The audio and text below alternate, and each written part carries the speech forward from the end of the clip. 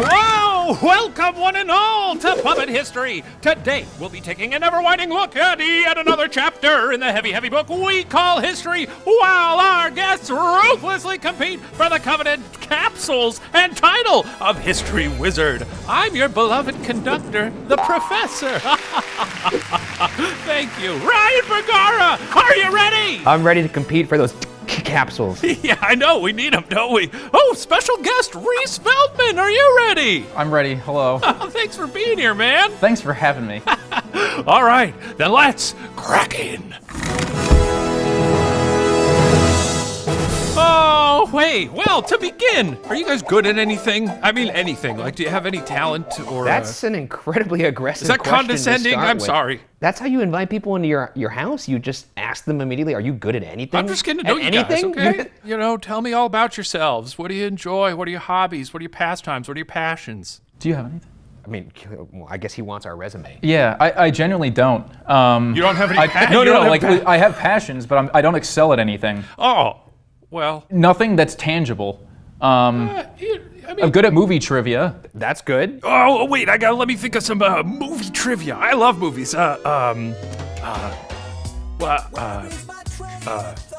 Who directed Jurassic Park? I'm gonna put B. Steven Spielberg. That's a jelly bean for Reece! Okay. Does that carry half a jelly bean? I'll take that. I'll give you a full one for that. A dino-sized jelly bean. Go. Well, our subject today had talent oozing from every pore in his body. He redefined the music industry and looked sexy as hell doing it, too. Today, we're talking about Franz Liszt. I know Franz Liszt, not personally. I know he's not German, he's Hungarian. Whoa, a jelly bean for Reece! That's two. World? Yeah. Is Franz, what was his last name? Liszt? You don't even know his last name? I don't, you just said it. Liszt. Liszt? Liszt. Is that like the non-stage name of Franz Ferdinand? Remember that guy? That's a different... I thought you were talking about the Archduke. What, I'm sorry, what song is that supposed to be? Oh, okay. That's the worst Franz Ferdinand I've ever I thought that was pretty good. Okay, that's better. That's better. I thought you would do Take Me Out, if anything. That was Take Me Out. That was Take Me Out? Oh, that's so bad. Okay, well anyway, Franz Liszt, let's focus here. Franz Liszt was born on October 22nd, 1811 in the small town of Doborian in the Austrian Empire. His father, Adam Liszt, worked for Prince Nicholas Esterhazy, heir to one of the richest and most powerful families in Europe. Now, Adam was a skilled amateur cellist, and when Franz was 5, he started teaching his young son piano. Did you guys play instruments when you were little children? No, I didn't, which is, no. breaking an Asian stereotype, but I did not. I wish my parents forced me to. This goes back to I don't have any tangible skills. Yeah. I learned how to play the harmonica. I lost fantasy football one year and I had to play on Bourbon Street till I made $10. Wow. After 5 hours, my friends were like, "You're not making money." I got $3 and then a guy recorded me for 6 minutes and then left and didn't tip me. That's got to be the funniest fantasy football punishment I've ever heard. I played Piano Man for legitimately hours. That was the only one I could. Yeah. Well, speaking of Piano Man, we're talking about Franz Liszt. Franz was a prodigy, composing his own music at 8 and appearing as a concert pianist at 9. His promising start, coupled with his father's aristocratic connections, meant that Franz was soon receiving the best music education Europe had to offer. His learnings took him to Vienna, where it's rumored that after Franz performed, Ludwig van Beethoven himself approached the boy and gave him a congratulatory kissy right on his little forehead. Oh. How big was Beethoven at this point? Probably, I don't know, 5'11"? No, man, where was he at He was still in his growing. stardom? Oh, God. It would have been really funny if he wasn't big and he just kissed his child. Don't worry, I'm Ludwig. It's definitely me, Beethoven. You'll never wash your face again. When Liszt was 12, he and his family moved to Paris. In 1826, at age 15, he performed across France and Switzerland. The next year was spent playing all across England. This schedule is tough on a teen boy. I mean, for prodigious talent, it's always time to show it off, time to show it off. It's time to show it off. As you might expect, Liszt became discouraged, distant from other interests. By the time he was 16, Franz was suffering from nervous exhaustion and considering a quiet life in the priesthood. You ever thought about a life in the priesthood? I'm Jewish. Yeah. I don't know if they'd want me. So you haven't really considered that? No. Yeah. I've considered like just running away. I mean, you're basically a priest, right? You got your holy water? I don't think that's quite how You're like it halfway works. there. You know what? You're right. I am kind of like a priest. Yeah, in many ways. I'm Watcher's holy man. That's right. Worried about his son's health, Adam took Franz to the small French seaport of Boulogne-sur-Mer, hoping the fresh air and sea baths would do the boy some good. Oh! Jesus Christ. It's time for a question. Oh, God, that was Isn't that fun? It was really scary. yeah. How'd the trip to Boulogne-sur-Mer go? A, after 3 months, Franz was good as new. B, the local music school roped him into weekly performances, which made him feel worse. Or C, his dad died. Who did this? Who did this? I picked up my board and it says Ryan Bergara sucks. I don't know who. That's really nasty. Kind of looks like your handwriting. I don't have handwriting. I've never written anything. Okay, what do you got? How about B? Dance, monkey, dance. B, dance, monkey, dance. C, dead dad. C, dead Jesus dad. Christ. Yikes. Okay. Well, we're off to a fun start here because we're about to find out via the magic of theater. Wow. I'll be right back. Whoa. Just hobble on in here. Oh, my dear sweet son Franz. Here we are in fabulous Boulogne-sur-Mer. A place of healing and rejuvenation. Are you feeling more like yourself? No, I gotta be someone else. You're still thinking about the priesthood, I see. So your nervous exhaustion is still hanging around.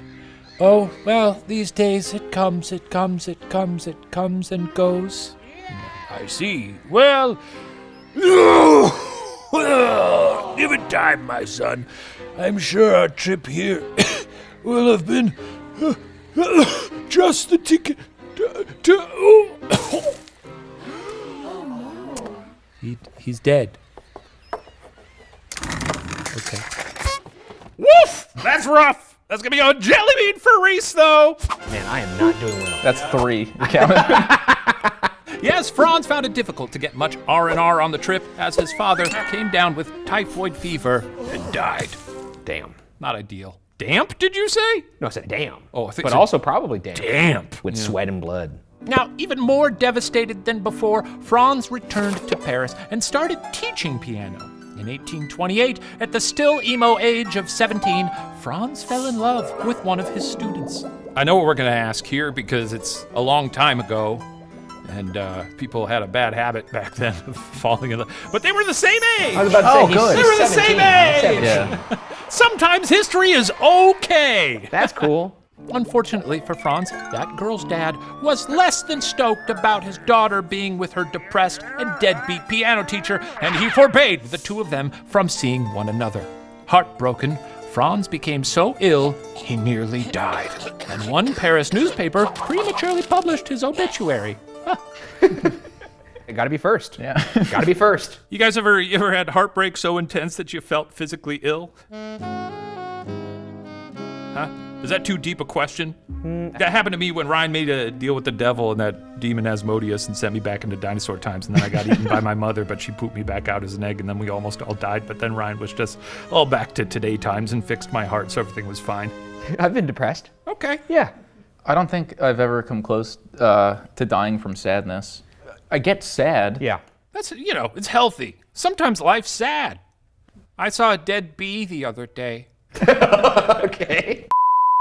While he recovered, Franz didn't touch a piano for a whole year, expanding his mind in other ways, like reading and building relationships with non-musicians. Around 1830, inspired by the revolutionary spirit that was yet again going around Franz's France, Liszt began writing music once again. Man, she really did a number on him. Yeah. He was like, I don't want to touch a piano. They're not seeing each other at this point? No. The father forbade it. Yeah, but I feel like in these stories, they always go around the father. Maybe she was like, you know what? He is pretty depressed and droopy. I'm Yeah, gonna go maybe get this away guy from him." actually sucks. Maybe Dad's right. Now, dipping one's toes back into work is a good start out of a depressive slump, but the real road back is a little help from your friends. In 1830, Liszt met composer Hector Berlioz, whose opium-influenced Symphonie Fantastique affected Liszt deeply. The next year, he met Niccolo Paganini, a musical revolutionary who was pushing what could be done with a violin literally to the breaking point. And next, he met sleepy old Frédéric Chopin, who was pioneering a new poetical style of music. With buddies who were similarly pushing boundaries, Franz didn't feel so down and lonely on the fringes of music. By 1834, Liszt was reinvigorated. He began playing again, quote, tossing his shoulder-length locks and swaying hypnotically over the keyboard. Oh, wow. Sounds sexy, right? Oh my God. Sounds pretty fucking sexy. Is that like quoted from like an onlooker, or did you just Yes, write that? it is. God, swaying Primary hypnotically. source. Yeah. God, he looks good doing it. Liszt was back, baby, and he wasn't some precocious prodigy anymore. Now he was a mature composer and sexy as all hell at age 23. You hear that sniffling and coughing? Well, grab some chicken noodle soup because Europe just caught a bad case of Lisztomania. Oh, I see. Okay. Is that the title? Yeah, that's the titular moment. As Liszt's fame grew, so did his cadre of famous friends, and soon he caught the eye of Marie de Flavigny, the Countess de Gaulle. Marie and Franz began a romance, and in December of 1835, their first child was born, the unfortunately named Blondine. Huh. Why was this a big deal? A. Marie was his former student, and her dad now wanted Franz dead. B. Marie was married to someone else. Or C. Liszt was married to someone else. Okay. And we're writing, and we're writing. Very good. What are you looking at me for? Huh? Why are you staring at me?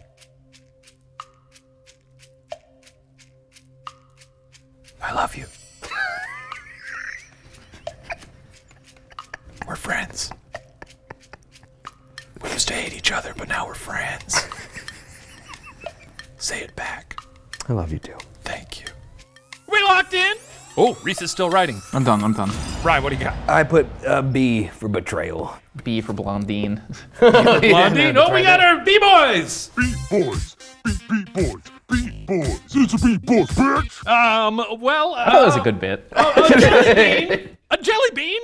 For both of you! Yeah! Wow! Yes, it seems something like this happens in most of our French stories, but Marie abandoned her family to move to Switzerland with Liszt. Yikes. Yeah, well, yikes, right? I guess, sexy piano man comes to town. Swaying his hips. Yeah, swaying his hips. He's up on stage like humping the piano, How is he playing multiple keys? Sexy, very sexy.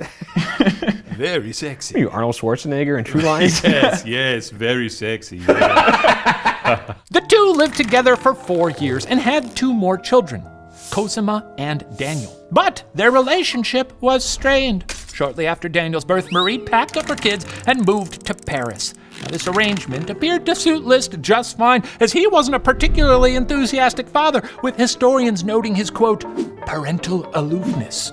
When he eventually regained custody over his children, he mostly left them with an elderly governess, a move considered harsh even back then. Oof. Not a great dad. How old at this point? Mid to late 20s. Should be at the club. You should be at the club. He should be, yeah. You'll find out, he largely was. Oh, okay. Good. But as movies in the 90s and 2000s taught us, the only thing stopping parents from having fabulous, rewarding careers are their children. And with Liszt ignoring his offspring, he's now had plenty of time to try out a pretty crazy idea that he had. Oh! Ho, ho! What did Liszt invent? A. The piano's third pedal. B. Wheels on pianos. Or C, the entire profession of international concert pianist? That's a really good question. Great, one of my best questions. I don't even know how many pedals there are on a piano. Brad, what do you got? C, concert guy. Concert guy. B, piano wheels. Whoa! Look at the little drawing! I think Reece knows that the pretty easy way to get jelly beans around here is to do a little drawing, and you're gonna get a jelly bean for that, even though you got the question wrong. Oh, man. A jelly bean for Ryan! Fuck. 2, baby. Yes, Liszt created a new way for piano players to earn a living. Before him, it was absurd to pay to hear one guy at a measly piano. Liszt, however, knew he was worth it. Writing, quote, I have dared to give a series of concerts with myself entirely alone, taking off from Louis XIV and saying cavalierly to the public, Le concert, c'est moi. Oh, shit. What's that mean? The concert is me. Oh, my God. Wow, that's quite the statement. Liszt would take entire symphonies by Beethoven, Berlioz, Schubert, you name it, and transcribe them down into something he could perform at a piano. And he'd play the thing from memory, with no sheet music, something almost unheard of at the time. Liszt didn't just sound good, he looked good too. He threw his shoulder-length hair about while his famously long, flexible fingers flicked and pounded the keys. Okay. Was this a primary source or is Yeah, yeah, dude. What are I you might have embellished a little bit. Between songs, he would mingle and flirt with his aristocratic audiences. Ooh la la! Contemporary critic Joseph Dortigue wrote in 1835, quote, and buckle up, because this is a wild one. His performance is a waterfall, an avalanche that tumbles downward, a torrent of harmony that reproduces in its immeasurable swiftness the thousand reflections and nuances of the rainbow. It is a diaphanous, vaporous form, suspended in midair by the sounds of an aeolian harmony, its shimmering clothing made up of flowers, stars, pearls, and diamonds. Then come accents of despair, articulated in the midst of suffocation. It is a delirious joy. It is a prophetic voice speaking a great lamentation. It is virile, proud speech that commands, subjugates, terrifies.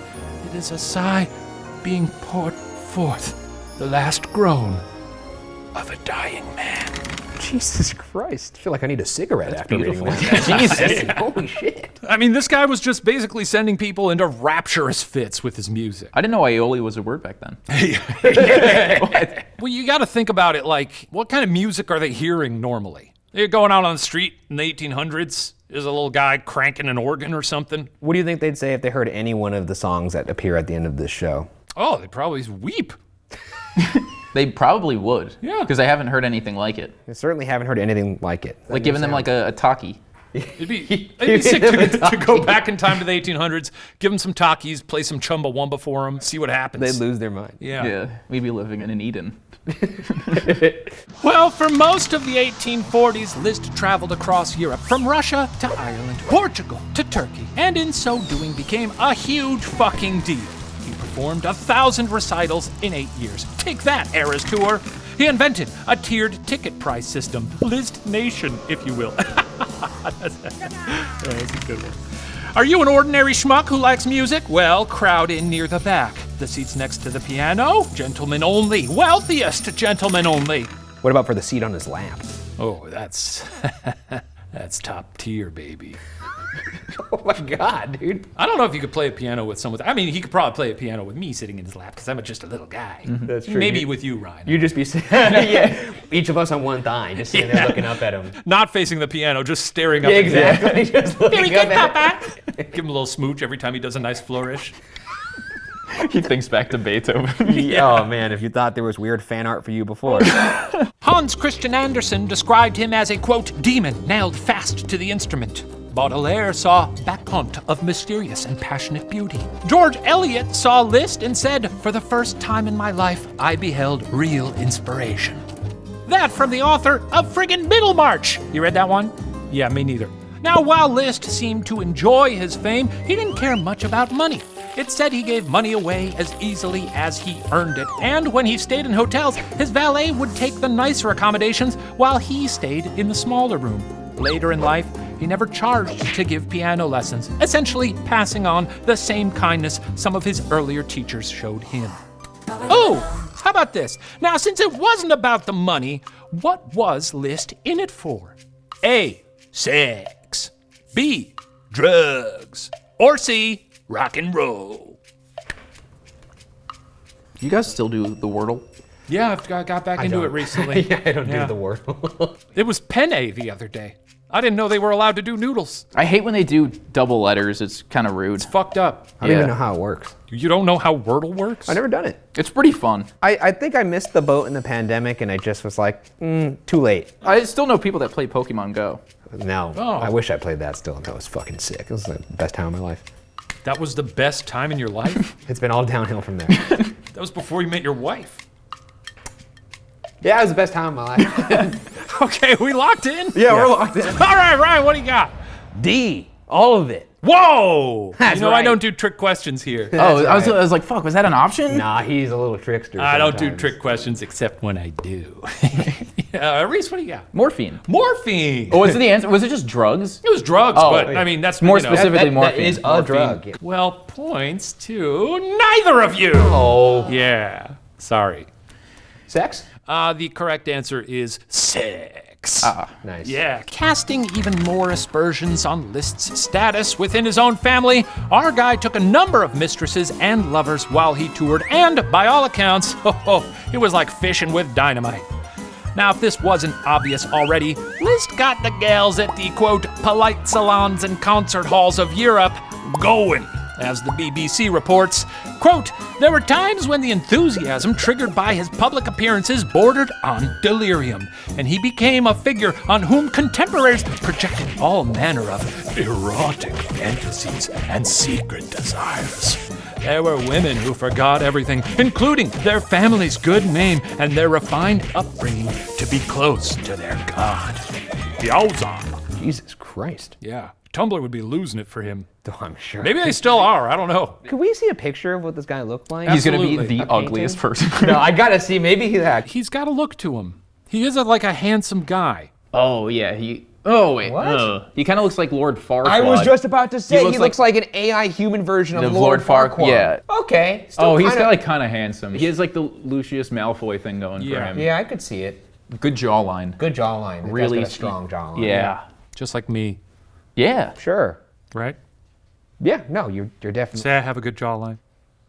You have a good jawline. Everybody agrees. You have a great jawline. Oh, wow. Thanks, guys. Your head's shaped like a circle, but you have a good jawline. Nothing like it had ever been seen before. These were history's first fangirls doing what they do best, being deranged and horny in the most wholesome and pure ways. Women would fight over broken piano strings and throw their clothes on stage, namely their unmentionables. That was probably a lot harder to take off. I was just thinking. I imagine like It took like 40 minutes to remove some. Big pantaloons. The entire symphony, they're just like, Let me untie this corset. I They got have- started in the second they're act. helping each other in the crowd. Yeah, that's a lot. Also, it's funny to imagine him just playing the piano and just a big pair Pair of pantaloons smacking his face. Yeah. He's catching them in his mouth. Yeah. Like a fucking dog. Women would literally attack him, stealing pieces of his clothing and locks of his hair. They would take used coffee dregs as a souvenir and place his cigar butts in their cleavage. Seems dangerous. Yeah, it does seem dangerous. A lot of burning possibly happening there. Is this something that happens to you when you walk out on the streets, Professor? People Yeah. taking off locks of your hair. Women do put me between their cleavage. It was literal madness, and German poet Heinrich Heine termed it Lisztomania. This predating modern psychological theory, Lisztomania was a physical illness, a quote, physiological reaction to the mere presence of Liszt. It was considered contagious, and public officials were afraid of epidemics, like a riot. Oh! That's good. Anyway, all because the pianist was too hot. Damn, that is insane. Yeah.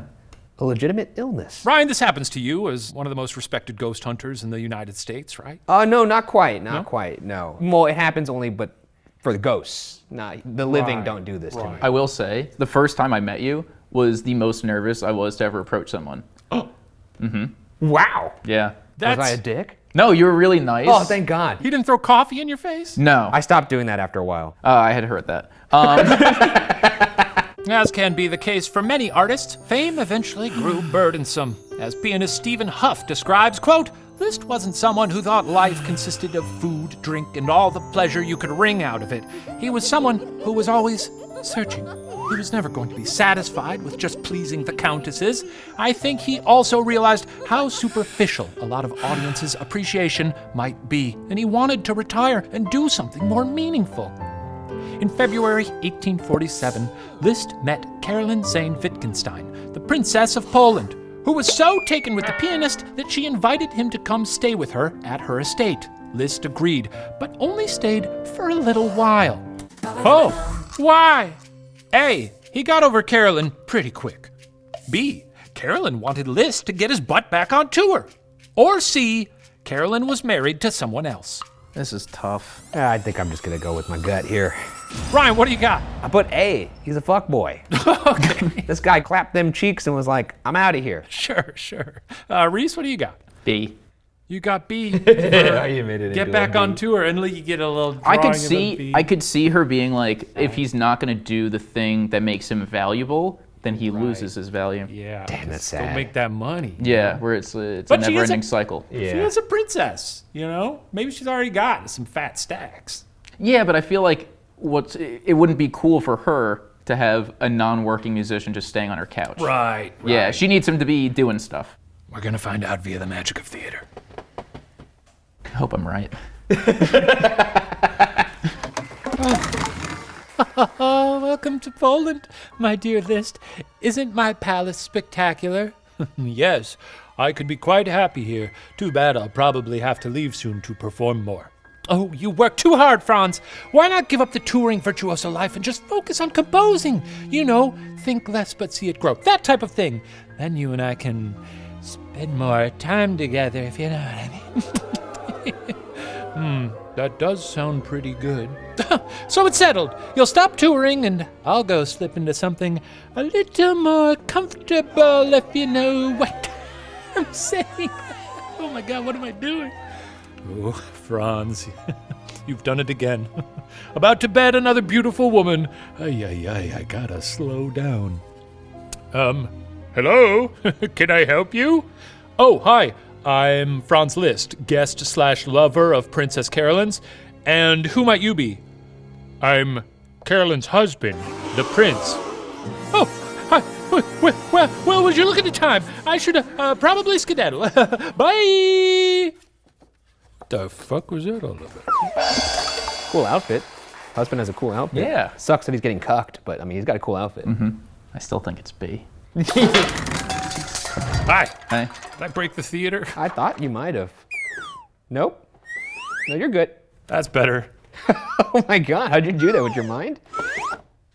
Yeah, there we go. Okay. All right. Yes, points to neither of you. All right. Yes, the Yoko to Liszt John Caroline actually encouraged her lover to stop touring as a virtuoso performer and to instead settle down and concentrate on being a composer. Caroline, however, was married. So, in 1848, Liszt left Caroline's palace and moved to Weimar, Germany. Now, stop me if you've heard this one before, but Caroline left her royal family and moved to another country to join her lover, Liszt. Jesus. Wow, man. He's got that magic yeah. flute, you know. Yeah, this guy's got a massive It's a ding-dong. homewrecker. Well, What? Got a massive ding-dong, Oh, probably. okay. Maybe he had a really good personality. yeah, Ryan. And a massive ding-dong. Yeah, I guess why not both? Now in Weimar, Liszt became interested in conducting, mostly because he needed to figure out how to make other musicians do the crazy things he had bouncing around inside that funny dome of his. Before Liszt, a conductor was more or less a glorified metronome. But Liszt elevated the position, transforming the conductor's role into the one who plays the entire orchestra as his beautiful instrument. In 1860, Liszt and Princess Caroline left Weimar for Rome, where they were hoping the Pope would grant Caroline a divorce so the two could marry. The Pope, being popey, declined. Oh, was that like really frowned upon back then? Yeah, probably. They have to appeal to the Pope? I guess so. I just can't believe the Pope was out there doing like clerical work, like divorce paperwork and stuff Sitting like at that. like an office Yeah, desk, just like, fuck, man, dude, another Another divorce, one. yeah. With his touring days now well behind him, Liszt finally had time to patch things up with his children. Unfortunately, he was starting to run out of them. His son Daniel died in 1859. 3 years later, his eldest daughter, you all remember Blondine, also died. That left Liszt with a surviving middle child, Cosima. How were things between Franz and Cosima? A. Cosima died a week after Blondine. B. Franz patched things up and became an attentive grandfather. Or C. Cosima fucked her dad's friend, Richard Wagner. Okay, what do we got? I put C, she banged Dick Wagner. Yeah. Wagner, Dick Wagner. Sure. Yeah. Oh, we're both Wagner. Huge anti-Semite piece of shit. Let's. Oh, really? Oh, wow. We spit upon his name. Fuck that guy. Okay, Yeah. well, I mean, I think she banged him. Points to both of you. She You're fucked him. Yeah, great. Yeah. Yes, at age 25, Cosima started shacking up with famous composer and noted anti-Semite Richard Wagner, who her father introduced her to when she was but a child. Cosima didn't care that Wagner was 24 years older than her. Cosima didn't care that she was already married. Cosima didn't care that she had 2 daughters. She wanted Wagner, and to be fair, she and Wagner seemed to have had a decent relationship. Cosima birthed 2 of Wagner's children before abandoning all 4 of her kids with her husband so she and Wagner could move to Switzerland. What is up with that? There's a lot of abandoned husbands. Yeah, I think This would be the start of a good like Netflix show. these people shouldn't be in relationships. Yeah, but I also feel like at the time, like maybe marriage wasn't what she wanted. Yeah. Sure. And she found love. Yeah. Also, You know, you there gotta was, like- wonder how many marriages back then were just like, you marry this guy. Yeah, and it's like in exchange for Yeah. like my dad gives you X cattle. Right. That's right. fair. Yeah. Now, hypocritically, Liszt was pretty upset with his daughter's actions, and it led to a falling out between him and Wagner. In 1870, Cosima obtained a divorce, allowing her to marry Wagner. 2 years later, Liszt seemingly got over the whole ordeal. Not easily offended, know how to let it go. Now, Liszt kept putting out new music, but in his later years, the popular style had left him behind. For his part, Liszt seemed okay with that, writing to a friend a year before his death, quote, "I waste my time more or less voluntarily." In July of 1886, Liszt played his final concert, and later that month, on July 31st, in the presence of his last remaining and barely interested daughter, Franz Liszt died in Bayreuth, Germany. A shitty father through and through, Liszt had nevertheless revolutionized music performance, the first to create a craze we've seen repeated throughout music history, from Elvis to the Beatles, from NSYNC to BTS, from a mess to the masses. And that concludes the story of Franz Liszt. So he just died of old age. Yeah. How old was he? Let's see, probably like 75-ish. Oh, for that That's time, pretty good. That's pretty good. Yeah. It's pretty good. I can't believe this guy just got taken out by old age and not some like... He made so many enemies. He did. Yeah. He made a life literally making enemies and just fucking. Yes. Kind of like a cicada. He was born, played his beautiful music, That's right. had sex a lot, and then died. That's really poetic the That way is you put true. that. That is true. Brings Yeah. a tear to my eye. Watch me cry. Stop. You gotta stop telling people to watch you cry. It's really unnerving. Are the tears coming out? They're never gonna come out. Jesus Christ, you're gonna throw a gasket, man. Take it easy. Holy moly. Oh, That's what we've come to. well, that concludes our history lesson. I'm going to go vibe with the tallies to determine the winner of the coveted capsules and title of History Wizard. In the meantime, enjoy this performance from a pile of Franz Liszt's discarded trash. Wow. I'll see you guys in a second. Woo! What could that possibly look like? What a crazy life. I really thought he was gonna get taken out by like a bullet or... I also thought that it was nasty going to be like, STD. or like the Princess of Poland's husband. something like that. He definitely had pull. He definitely had pool. I'm actually excited to hear this song. This is gonna be just like Wicked. So if you care.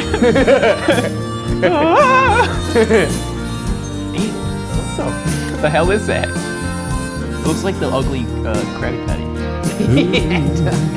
But like a pile of stuff that wasn't ever good enough for that piano man that everyone adores. And I still reminisce to any use for my bits, but that piano man, he don't want me anymore. The mouse is moving. Sure, I know, that's need really much. impressive. Toenail clippings, hairy tufts, snot-filled handkerchiefs, and rotten apple cores. Once his but cast aside as miscellaneous detritus, discarded and forgotten on the floor. Am I more than broken pieces of what I used to be. Actually, it's beautiful. Anybody wanna pick me apart? Come on and tell me that you got what you see. Lisztomania. Oh, it's tearing me apart. Oh, harmonica This would be solo. me. This would be me. This would be you, yeah. It's tearing me apart. Oh, I'm really feeling it. Now, friends, there's notes ringing out. No dry seats in the house. Yeah, that piano man, he drove them all to tears. Oh, yeah, I was about They shout when they see me about and clawing, swiping me to grab a souvenir. Go and stick my heart in a brooch, tuck a stub between your boobs. Take what's left of me, don't worry, I'll be fine. Shredded fragments of a life, now you're memento of the night when the piano man's talent tore apart your mind. Am I more than the loose leavings of a celebrity? Anybody wanna pick me apart? Come on and tell me that you like what you see. Lisztomania. Oh, it's tearing me apart. Get back in. It's kind of growing on me. There's certainly been growing on him. Tearing me apart.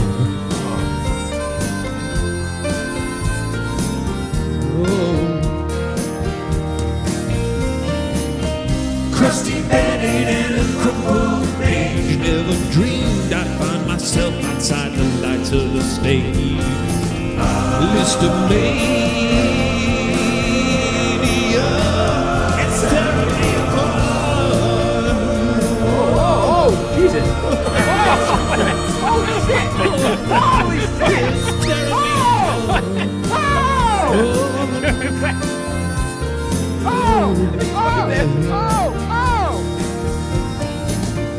Fingers hot. Oh my God. Crowd erupts. He takes a bow and soaks it up. But from where I am, in the rubbish can, I see my worth. Scavenged merch. You okay? Oh my God. Fucking dying. Holy shit. Whoa! Oh my God. That was nuts! Well, yeah, you fucking puppet Died. tried to kill himself in the middle of the It's song. like a 40x performance. That was crazy. Yeah. He crowd surfed Nuts. into a chest. Also, a pretty good song. It was a pretty good song. Beautiful. Yeah. Wow, okay, you guys are never going to believe this, but according to our very simple tally, Reece is today's winner! Oh, Fair. that means you're the history wizard! But isn't everyone a winner when you've got a bottle of Forget It All in your hand? Yes, come get your prizes. Oh, thank you. Yes, Ryan, one for you, Ryan, one for Reece. Forget it all. If your doctor doesn't want to give it to you, maybe you need a new doctor. Thank you to Forget It All for sponsoring today's episode. That's going to do it for today's episode. Reece, thank you so much for joining us. Thanks. I drew you a picture as a goodbye gift. Oh my God. Oh, another jelly bean for Reece. Wait, I drew you a picture too. This is not how you do it. That's 6 to 2. This is an not how you- afterthought. Okay. Fuck you. Can I get one of his jelly beans? Yeah, you get all of his jelly beans.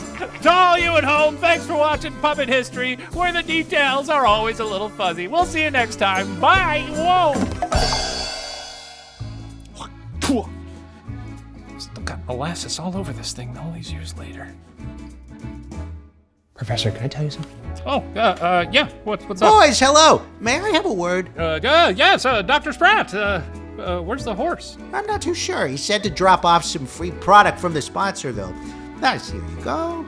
Oh, God, I gotta tend to that song puppet. It never gets easier. Wait, Dr. Shame. Spratt. Man, that guy cracks me up.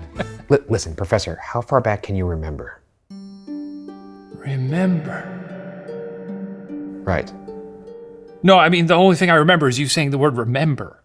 Okay, that's what I'm saying. Our short-term memory is completely fried. I think it's these pills.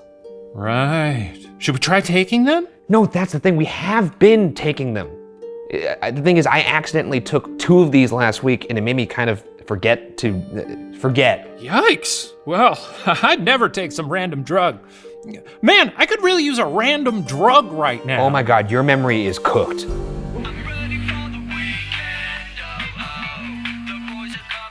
Mr. Popular. Elmer. It's Elmer. Huh? Hello. Ryan, Elmer Walter Williams here. Hey, get that weak shit off my track!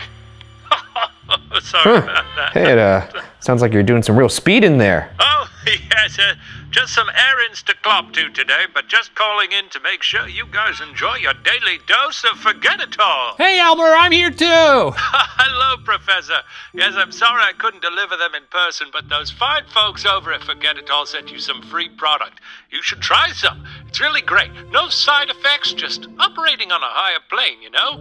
Easy living. It's like they say, Forget-It-All make brain go yum, yum, yum. Oh, absolutely. Yeah, we're popping some right now. Oh, that's a great pill. Feels so good going into the mouth and down the throat into the stomach.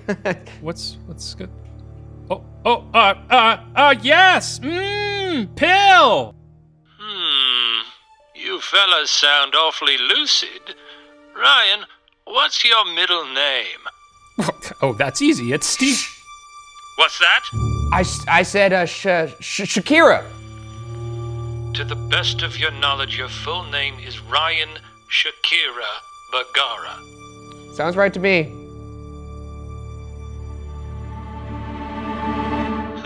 Wow, that must have been a potent batch. Great, love to hear it. Anyway, good chat, gotta hop off. Talk soon, my bitch. Okay. I don't trust that fucking horse. Oh, man, you know, I'm starting to remember. I've been pretty drugged out for how long? What is this, episode 1? What are we doing, Black Death? It's episode 4. Holy smokes, it's like I'm time traveling again. Well, if I don't even remember those other episodes, what else am I forgetting? Look, I remember Dorothy Ruth was saying some weird things were going on, and I've been starting to remember some really strange things from the rap party last season. None of it makes sense.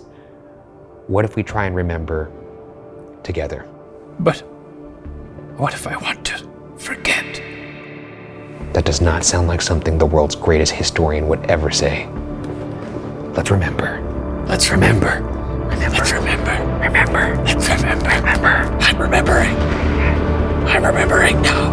It's all coming back to me. Yeah. Oh my God.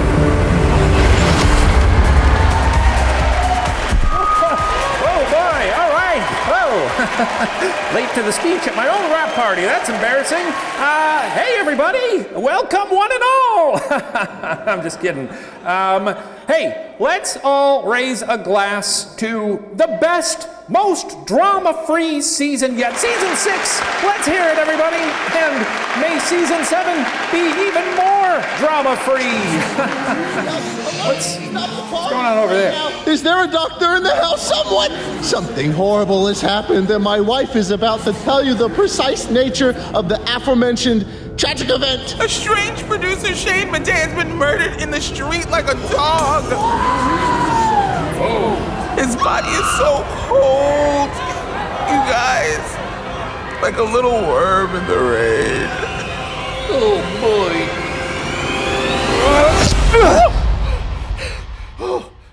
Shane's dead? I had no idea. Wait a minute. Ryan, look.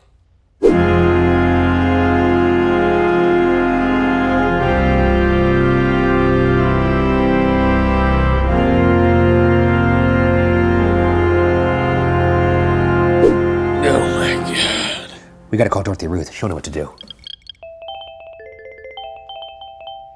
Oh, hey boys, if you're looking to smash, you're too late. This horsey hoe is spoken for. I just got married to my dear straight shooting Elmer. I'm married! Oh my God, I can't believe it. Well, I guess you caught me red-handed. More like red-hoofed. I wasn't running errands, I was getting hitched. Calling to wish us well, are you? Oh my God, you're so attractive. I love you. Yeah, congrats. Gotta go. Shit! What are we gonna do? That horsey huckster's got the whole staff hopped up on Forget-It-All. Oh. I just got forget it all. Man, we really were high. Speaking of, I could really go for some of that stuff right now. Professor, no. Right. What is Elmer getting at? What's his plan? And who's producing the show? If only we could talk to Shane, but he died in the street like a dog, and you can't talk to dead people.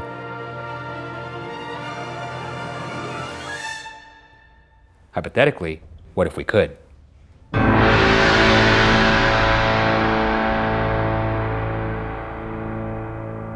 Itching for more puppet history? Well, head on over to Watcher TV for all of Season 7 plus extended cuts.